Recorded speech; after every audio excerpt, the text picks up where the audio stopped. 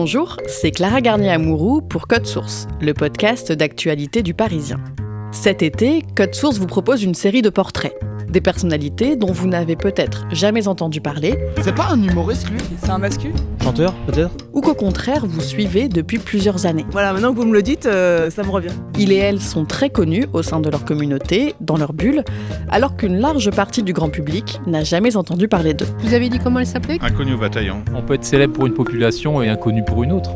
Aujourd'hui, premier épisode, Aquababe. Il a plus d'1 million d'abonnés sur Instagram, des jeunes pour la plupart qu'il surnomme ses chippies. À 27 ans, Anis Zitouni, de son vrai nom, s'est fait connaître en diffusant des gossips, des ragots sur des personnalités de la télé-réalité. Habitué aux polémiques pour tenter de faire le buzz, il s'est récemment lancé sur les traces de Xavier Dupont de Ligonnès, l'homme accusé d'avoir assassiné sa famille à Nantes en 2011 avant de disparaître. Qui est Aquababe ? Élément de réponse aujourd'hui dans Code Source avec Pamela Rougerie, journaliste au service web du Parisien. Pamela Rougerie, on a choisi de commencer cet épisode de Code Source le samedi 26 avril. Ce jour-là, une rumeur est en train de prendre de l'ampleur. Xavier Dupont de Ligonnès, l'homme accusé d'avoir tué sa femme et ses 4 enfants en 2011 à Nantes, aurait été repéré en Asie. Oui, il y a une photo qui circule beaucoup sur les réseaux sociaux. On y voit un homme qui porte une chemise hawaïenne à fleurs, il est en short, il a un sac à dos, un téléphone autour du cou. Il a des lunettes, les cheveux foncés, il a quelques bracelets au poignet et il fronce les yeux parce qu'il est en plein soleil. Et certains internautes pensent que cet homme ressemble énormément à Xavier Dupont de Ligonnès. Et derrière lui, on voit une pancarte jaune avec une inscription en japonais. Et certains internautes déduisent que Dupont de Ligonnès a été retrouvé au Japon. D'où vient cette photo ? Cette photo, elle vient pas de la police ou d'autorités étrangères, elle vient d'un canal Instagram, c'est-à-dire un groupe de discussion qui est animé par un blogueur qui s'appelle Aquababe. À ce moment-là, ça fait environ 10 jours que ce blogueur, Aquababe, il mobilise ses abonnés pour enquêter sur la disparition de Xavier Dupont de Ligonnès. Pamela Rougerie, dans cet épisode de Code Source, vous allez nous raconter comment ce jeune influenceur de 27 ans a mené l'enquête. De son vrai nom, Anis Zitouni, il est actif sur TikTok et Snapchat et il est aussi suivi par plus d'1 million de personnes sur Instagram.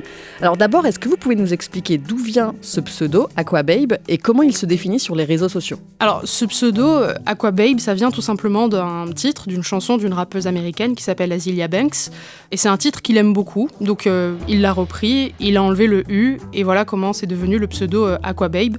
Et Aquababe, c'est en fait un blogueur, une sorte de journaliste people un peu autodidacte qui publie plein d'infos sur les réseaux sociaux. Son inspiration, c'est la série télévisée Gossip Girl, où on suit une blogueuse anonyme qui relaie tous les jours des infos sur Internet, des photos, des vidéos un peu croustillantes sur la haute société new-yorkaise. Et Aquababe, lui, il fait un peu pareil, mais sur les stars de télé-réalité.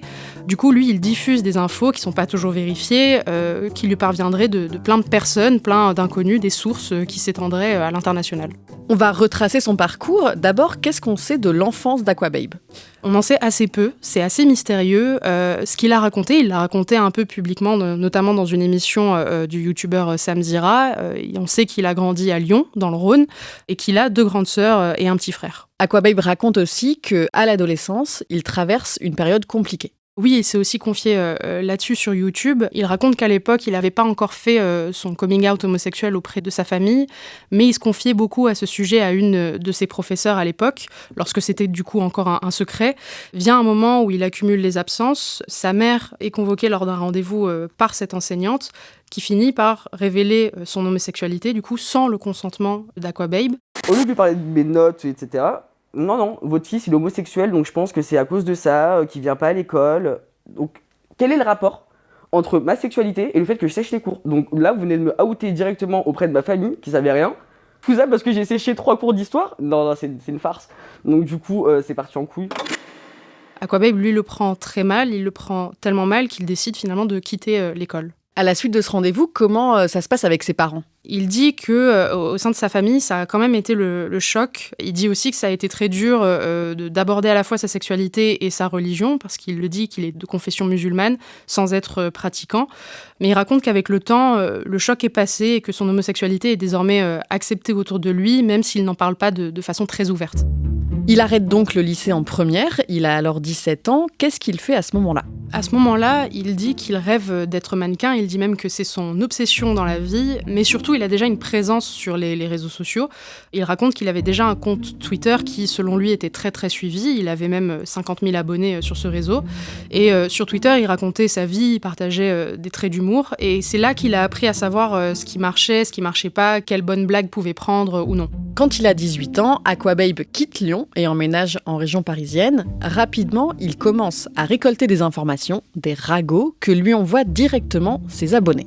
Alors ce qu'il raconte, c'est que tout est parti en fait d'une sorte de coup de tête dans la chambre d'une amie. Comme il est déjà très suivi sur Internet, il se dit pourquoi pas lancer un appel à mes abonnés en leur demandant ce qu'il appelle des dossiers, c'est-à-dire des ragots, des vidéos, des photos un peu gênantes qu'il pourrait relayer en public. Et les informations qui lui parviennent, elles lui viennent un peu de n'importe qui. Ça peut être une employée d'hôtel, ça peut être une employée de restaurant, comme un abonné quelconque qui a vu quelqu'un dans la rue. À l'époque, il dit qu'il voulait simplement sortir des dossiers, entre guillemets, sur des personnes lambda, mais très vite, il finit par recevoir aussi des infos sur des stars du petit écran, notamment des stars d'émissions de télé-réalité. Au début du mois de janvier 2018, Aquababe sort une information sur 2 participants de l'émission Les Anges de la télé-réalité. Aquababe met la main sur une vidéo qui montre un baiser entre Chana Cress et Adrien Laurent, qu'on connaît un peu plus sous le nom d'Adé Laurent aujourd'hui. C'est une info un peu croustillante parce que ça tombe en plein tournage de l'émission des Anges de la télé-réalité. Donc Aquababe, lui, diffuse cette vidéo sur Snapchat et pour lui, c'est un peu comme un scoop, c'est une information exclusive. Quelques jours plus tard, un autre blogueur influent, Jérém Star, relaie l'information. D'abord, est-ce que vous pouvez nous dire qui est Jérém Star ? Alors Jérém Star, c'est un autre blogueur qui est aussi très connu dans le monde de la télé-réalité. Il s'est installé dans le milieu un petit peu avant Aquababe et il s'est notamment fait connaître pour ses interviews sur YouTube dans des bains moussants. Donc le concept, c'est il rencontre des stars de la télé-réalité et il les interviewe dans son bain, dans sa salle de bain, avec de la mousse. Les deux sont soit nus, soit en maillot de bain. On a du mal à déterminer ce que c'est. Et l'idée, c'est de poser des questions un peu dans un cadre un peu plus intime. Et Jérém Star, il est très influent. Et oui, il commence aussi à se construire une notoriété au-delà des réseaux sociaux, puisque à ce moment-là, il vient de devenir chroniqueur chez Thierry Ardisson sur C8. Jérém Star relaie donc l'information d'Aquababe, mais sans le créditer. Comment réagit Aquababe à ce moment-là ? Aquababe le prend très très très mal. Il estime déjà que Jérém Star lui a volé son information exclusive. Du coup, pour se venger, il diffuse une vidéo intime de Jérém Star, un peu pour l'humilier. Et en légende, il ajoute le message, entre guillemets, « la guerre est déclarée », un peu en guise de menace. Il ne s'arrête pas là puisque quelques jours plus tard, Aquababe diffuse des messages audio compromettants d'un proche de Jérém Star. Oui, ce sont des témoignages qui visent en fait un proche du blogueur qui s'appelle Pascal Cardona. Pascal Cardona, c'est un homme qui travaille à la radio et qu'on voit beaucoup dans les publications de Jérém Star. On le surnomme souvent Babybel dans ses vidéos. Concrètement, ce qu'on lui reproche, c'est d'avoir invité des jeunes hommes à son domicile en leur faisant la promesse que Jérém Star serait présent, donc une star des réseaux sociaux. Et ensuite, lorsque ces jeunes hommes étaient à son domicile, d'avoir insisté pour obtenir des rapports, des faveurs sexuelles de façon très insistante. Moi, ce qui me choque le plus, c'est qu'en fouinant sur Babybel et Jérém Star, c'est que j'ai appris que c'était des pervers obsédés sexuels, que leur vie se basait sur le cul. Qu'est-ce qui se passe ensuite ? Ensuite, l'affaire crée un emballement énorme sur les réseaux sociaux. On parle même du Jérém Star Gate, c'est-à-dire une affaire un peu comme le Watergate. Des victimes témoignent, portent plainte, et ça mènera même à la condamnation de Pascal Cardona en 2022 pour agression sexuelle sur mineurs et corruption de mineurs. Il a été condamné à 2 ans de prison, dont 18 mois avec sursis. Jérém Star, lui, il n'a pas été inquiété dans cette affaire, mais il dit en avoir beaucoup souffert. Il dit qu'il a été victime d'une sorte d'amalgame entre son ami, Pascal Cardona, Babybel, et lui, à tel point que parfois il a été traité de pédophile par certains.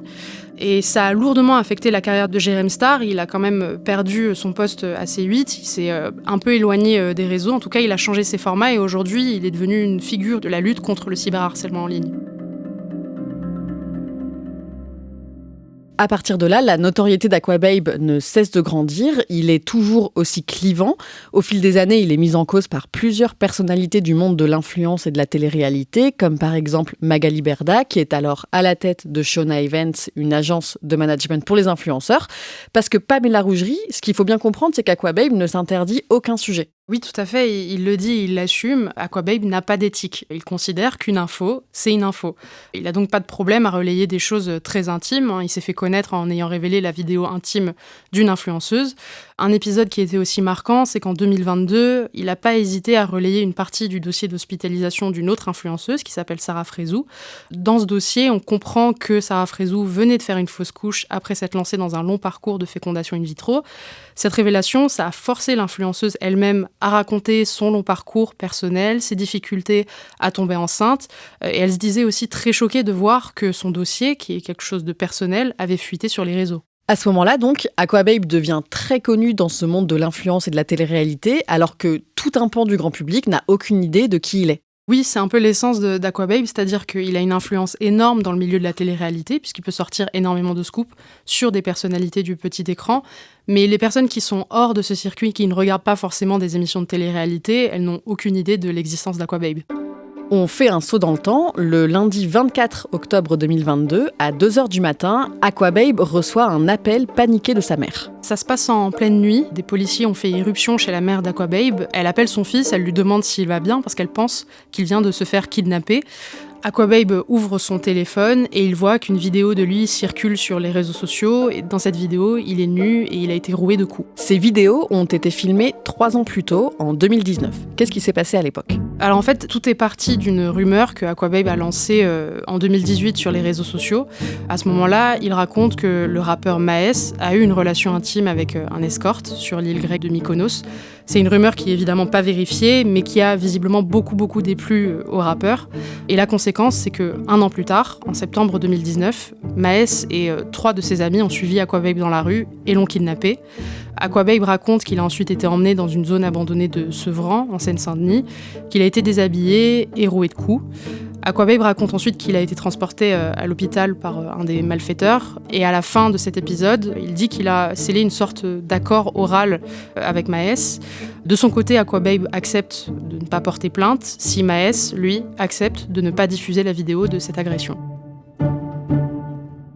Il n'y a qu'en France où il y a cette impunité envers Aquababe. À l'automne 2022, donc, alors que les vidéos de son agression viennent justement d'être diffusées sur Internet, Aquababe est invité sur le plateau de l'émission Touche pas à mon poste, animée par Cyril Hanouna sur C8, et il raconte ce qu'il s'est passé. Décrivez-nous la scène. C'est un échange très tendu. D'un côté, on a Aquababe et son avocat, Tom Michel. Et de l'autre, on a des chroniqueurs qui eux-mêmes font parfois l'objet de publications d'Aquababe. Donc au début de l'échange, les chroniqueurs commencent par exprimer leur empathie pour le blogueur qui a été victime de cette agression. Ils condamnent le kidnapping et les violences qu'il a subies. Et en même temps, ces chroniqueurs l'interrogent aussi sur son fonds de commerce. Parce que ce fonds de commerce, ça consiste à révéler des choses parfois très intimes sur des stars de la télé-réalité. Ces chroniqueurs lui demandent si finalement, ce qu'il a vécu, c'est pas aussi dû à ces publications, à ces rumeurs qu'il répand sur les réseaux sociaux. Que tu es aussi des fois l'élément déclencheur de beaucoup de cyberharcèlement. Non mais je dénonce. Il y a des choses, mais non, des fois tu dénonces des faits qui sont faux. Et face à toutes ces questions pressantes, Aquababe, il tient pas le coup. Maintenant, vous voyez qu'il est dans un état qui est difficile. Voilà. Il fond en larmes, il finit par quitter le plateau et c'est son avocat qui reste sur place pour le défendre. Dans la foulée, Aquababe porte plainte contre le rappeur Maes, plainte qui sera classée sans suite. À partir de 2022, il est condamné par la justice à plusieurs reprises. Il est d'abord reconnu coupable de diffamation et injure publique dans l'affaire du Jérém Stargate que vous nous avez raconté au début de cet épisode. Et en avril 2023, il est mis en examen pour harcèlement et atteinte à la vie privée, toujours dans le cadre de l'affaire qui l'oppose à Jérém Star. En avril 2025, Pamela Rougerie, on apprend qu'Aquababe est aussi visé par 5 plaintes pour escroquerie. Oui, c'est Le Monde qui révèle l'existence de ces plaintes. Ce qu'on sait, c'est qu'au moins 5 personnes estiment avoir été victimes d'escroquerie de la part d'Aquababe. Parmi ces 5 personnes, il y en a 4 qui disent avoir payé Aquababe pour des collaborations commerciales, c'est-à-dire qu'elles ont demandé à Aquababe de faire un placement de produits de leur marque, sauf qu'apparemment, il n'a rien fait. Elles lui ont demandé un remboursement, mais ça n'a pas fonctionné. Il Il y a un autre dossier un peu plus curieux aussi dans cette affaire. C'est une autre personne qui a demandé, elle, à Aquababe, d'effectuer une sorte de travail de détective privé. Cette personne, en fait, recherchait son ex-mari qui ne lui avait pas versé sa pension alimentaire. Elle avait alors rémunéré Aquababe à hauteur de 265 € pour faire ce travail de recherche. Apparemment, Aquababe n'a rien fait et là aussi, elle réclamait un remboursement. Comment réagit Aquababe ? Son avocat a assuré que les dossiers allaient être étudiés un par un, au cas par cas, et que si c'était nécessaire, les victimes allaient être remboursées. On en revient au début de cet épisode de Code Source. Le 18 avril dernier, Aquababe fait une annonce sur son compte Instagram. Il a décidé de se lancer à la recherche de Xavier Dupont de Ligonnès, le meurtrier introuvable depuis plus de 10 ans, depuis qu'il a assassiné sa femme et ses enfants en 2011. Racontez-nous d'abord comment il a cette idée. Là aussi, tout est parti d'une sorte de plaisanterie avec son avocat. Il m'a dit « T'as tellement un vaste réseau que tu serais capable de retrouver Xavier Dupont de Ligonnès ». Je lui ai dit « Tom, arrête de me faire des blagues comme ça parce que tu sais comment je suis capable de lancer du jour au lendemain une traque numérique ». Aquababe s'est dit pourquoi pas, et il publie en fait une première photo qui lui viendrait d'une source non identifiée où on voit un homme à Aubagne dans les Bouches-du-Rhône qui est assis sur un banc qu'on voit de biais au téléphone. La ressemblance avec Xavier Dupont de Ligonnès est un peu vague, on voit que c'est un homme brun avec des lunettes. C'est pas vraiment confirmé que c'est lui, mais c'est assez en gros pour susciter l'attention de milliers d'internautes. Aquababe crée un canal Instagram dédié à l'enquête. Oui, il lance un canal, c'est-à-dire que c'est un groupe de discussion qu'un influenceur peut animer lui-même via Instagram. Ce groupe de discussion, ça permet en fait d'envoyer des messages directs, des messages audio, des photos, des contenus à des milliers de personnes en simultané. Et pour Aquababe, ce groupe, c'est une façon aussi d'informer ses abonnés des avancées de son enquête, entre guillemets. Et l'engouement est énorme puisque en 10 jours, le canal rassemble au moins 350 000 internautes. Et dans la foulée, une multitude de pistes sont évoquées à la fois par Aquababe et par ses abonnés. On a un peu de tout dans ce canal. À un moment, on a l'impression que Dupont de Ligonnès a été aperçu dans le Var. Il est suggéré qu'il a des cheveux en moins et une dent en moins. Il y a un autre message qui dit qu'il aurait été aperçu il y a quelques années à Versailles. C'est là d'où vient la famille Dupont de Ligonnès. Il y a une autre source, entre guillemets, qui glisse même à Aquababe que Xavier Dupont de Ligonnès a été aperçu sur l'île de Malte. Que fait Aquababe avec ces informations ? Il les prend très au sérieux, puisque déjà, il fait l'effort de les relayer à ses abonnés comme s'il était un média sérieux. Il partage des captures d'écran et il prend tellement ces informations au sérieux qu'il propose d'aller enquêter sur le terrain lui-même. Il envisage même à un moment de se rendre directement à Versailles, puis sur l'île de Malte pour en savoir davantage. La communauté d'Aquababe est en ébullition et le samedi 26 avril, l'influenceur affirme qu'il a retrouvé Xavier Dupont de Ligonnès en Asie. Racontez-nous ça. Oui, il s'exclame sur les réseaux, ça y est, on l'a retrouvé en une semaine, et il publie une photo, cette fameuse photo du coup d'un supposé sosie de Xavier Dupont de Ligonnès, qui est devant une pancarte où il y a une inscription en japonais. Il est habillé l'air d'un voyageur avec un sac à dos. Et ça y est, il dit l'enquête est conclue, on a retrouvé Xavier Dupont de Ligonnès, possiblement au Japon. Des internautes arrivent même à déterminer que la photo a été prise entre 2022 et 2024, ce qui sous-entendrait que le criminel était au Japon très récemment. L'affaire prend tellement d'ampleur à ce moment-là que plusieurs médias parlent de cette enquête un peu loufoque. Aquababe, c'est l'influenceur qui promet de retrouver Xavier Dupont de Ligonnès. Anis Zitouni, c'est son vrai nom, blogueur people, influenceur de 27 ans. Le côté loufoque, c'est que Aquababe, qui est un blogueur spécialiste de télé-réalité, s'intéresse à une des affaires criminelles qui fascine le plus la France depuis des années. Il y a une dissonance qui est créée par cette information. Donc l'idée, c'était aussi de parler de pourquoi il se lance là-dedans et comment il s'exécute, sachant que du côté des spécialistes de cette affaire, on nous dit que ces informations ne sont pas à prendre au sérieux. Le lundi 28 avril, le procureur de Nantes, qui est toujours chargé de cette enquête, publie un communiqué dans lequel il indique qu'il n'y a aucun élément permettant de confirmer que Xavier Dupont de Ligonnès a bien été retrouvé. Sans nommer directement Aquababe, il fait état d'informations qui ont circulé sur les réseaux sociaux et qui affirmeraient de façon un peu péremptoire que Dupont de Ligonnès a été localisé. Le procureur est assez ferme, il affirme qu'aucun élément factuel et vérifiable n'a été porté à la connaissance de la justice et que du coup, il ne faut pas prendre ces informations au sérieux. De son côté, Aquababe considère que son enquête est bouclée. Oui, il a publié un communiqué en ce sens qu'il a rédigé avec son avocat, où il dit qu'en fait, il a mis la main sur des informations, je cite, précises, tangibles et nouvelles sur l'affaire. Il dit même que ces pistes pourraient permettre de clôturer le gros dossier Xavier Dupont de Ligonnès. À la fin, il remercie aussi ses abonnés, ses chippies, qui, selon lui, ont permis de se rapprocher au plus près de la vérité. Pamela Rougerie, Aquababe a déjà indiqué vouloir s'intéresser à d'autres affaires non résolues, comme l'affaire par exemple du petit Grégory. Comment expliquer cet intérêt soudain pour les faits divers ? C'est sûrement une façon pour lui d'étendre, entre guillemets, son champ d'action et de sortir du milieu de la télé-réalité. La télé-réalité, c'est un milieu qu'il connaît bien, dans lequel il n'est pas toujours apprécié. Il a d'ailleurs beaucoup de contentieux avec des stars du secteur. Et puis on sait aussi qu'il a envie de se diversifier à la fois sur la forme et sur le fond. Il a par exemple évoqué l'idée de faire des podcasts, il a évoqué l'idée de parler d'autres stars, il relaie déjà des rumeurs sur des rappeurs ou des stars du football. On sait qu'il se compare aussi beaucoup à TMZ, qui est un média de référence sur les scoops people aux États-Unis. Et il a l'air de vouloir un peu être à la même hauteur que ce média, d'être un média en lui-même. Ce qu'on comprend, c'est qu'il a envie d'être une sorte de pourvoyeur de scoops au quotidien sur n'importe quel type de personnalité connue des Français. Est-ce que ce qu'il recherche finalement, c'est plus de notoriété, c'est-à-dire de sortir de cette niche de la télé-réalité ? Oui, il l'a déjà dit par le passé, qu'il aimait la fame, c'est-à-dire le succès. Et justement, en élargissant son champ d'action, on peut s'attendre aussi à ce qu'il touche un plus large public, en parlant aussi de personnalités plus connues du grand public, comme des personnalités du rap, de la musique ou du football.